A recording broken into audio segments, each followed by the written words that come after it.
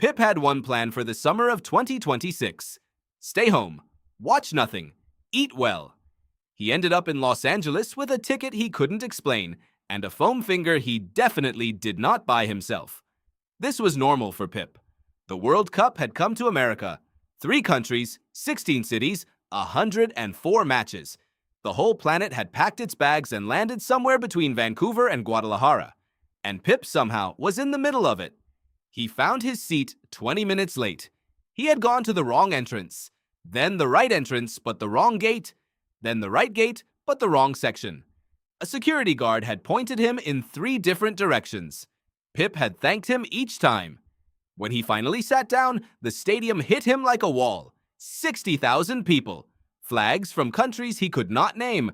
Drums, horns. A man directly behind him wearing a full referee kit for reasons that were never explained. The noise was not loud the way traffic is loud. It was loud the way the ocean is loud. Big and surrounding and older than you. Pip sat very still for a moment. Then the teams walked out. Spain in red. The crowd shifted. And there he was, number 19, Lamine Yamal, 18 years old. The kid from Rocafonda who had grown up 2 minutes from a stadium and was now walking into one in front of the entire world. Pip did not know much about football tactics. He did not understand the pressing shape or the high defensive line, but he understood watching someone do the thing they were born to do. That part needed no explanation. When Yamal touched the ball the first time, the section around Pip made a sound like a collective held breath being released. A woman next to him grabbed her friend's arm.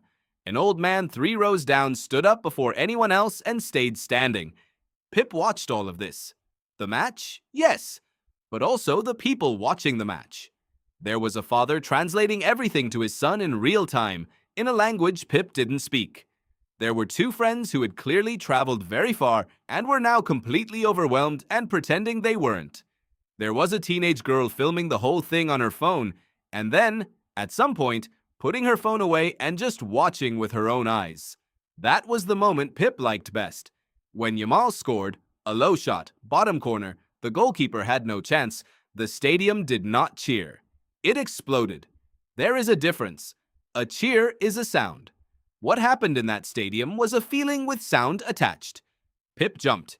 He did not decide to jump. His legs made the decision independently. The man in the referee kit behind him grabbed his shoulders. Pip grabbed him back. They had never met. They would never meet again. For about 6 seconds, they were the best of friends. This is what the World Cup does. It finds the part of you that is still a little animal. The part that needs to be in the group, feeling what the group feels. Making noise with the group. You can be very sophisticated and very educated and very tired of spectacle. And then Lamine Yamal cuts inside from the right and the bottom corner of the net moves and something very old in you wakes up. Pip left the stadium 2 hours later. Ears ringing, slightly hoarse. Foam fingers still somehow in his hand. The city outside was still going. Horns singing. A street that had somehow become a parade without anyone organizing it. Pip walked through it slowly, the way you walk through something you want to remember. He didn't fully understand football. He still didn't. But he understood tonight. Some things don't need to make sense. They just need to be felt. And somewhere in Los Angeles, 18 years old and already legendary, Lamine Yamal was probably already thinking about the next game. Pip got on the wrong bus home. Of course he did. He didn't mind at all.